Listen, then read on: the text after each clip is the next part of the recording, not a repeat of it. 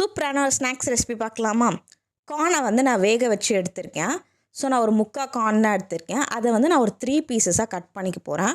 So cut பண்ணவே முடியல, ரொம்ப சூடாக இருக்குது. இந்த மாதிரி நான் 3 பீசஸாக கட் பண்ணிவிட்டு இப்போ ஒரு பேனில் வந்து பட்டர் போட்டுட்டு இந்த 3 பீசஸை வச்சுக்கிறேன் கார்னை. இது அப்படியே வந்து பட்டரில் சாட்டே பண்ணிகிட்டே இருங்க. சிம்மில் வச்சு சாட்டே பண்ணுங்கள். அந்த பட்டர் வந்து அப்படியே அந்த கார்னில் இறங்கணும். அந்த பட்டரோடு அந்த கார்ன் சாப்பிடும்போது சூப்பராக இருக்கும். நல்ல ஒரு ஸ்மெல்லும் நம்மளுக்கு வரும். இப்போ வந்து அது வந்து சாட்டே பண்ணிகிட்டே இருங்க. இப்போ பெரி பெரி மசாலா வச்சுருக்கேன் நான். இது நிறைய கடையில் கிடைக்கும், சூப்பர் மார்க்கெட்டில், ஆப்பில் கூட வாங்கிக்கலாம், ஸ்விக்கியில். இது எல்லாத்துலேயும் நீங்கள் யூஸ் பண்ணிக்கலாம். பீட்சா என்ன பாஸ்தா செஞ்சிங்கன்னா கூட யூஸ் பண்ணிக்கலாம். ஸோ இந்த பவுடரை போட்டுட்டு இப்போ கார்ன் வந்து ரெடி ஆகிடுச்சு. அந்த கார்னில் அப்படியே டிப் பண்ணிக்கோங்க. இதில் ஹைலைட்டுன்னு லெமன் தான். மேலே அந்த லெமனை பிழிஞ்சு விட்டுக்கோங்க.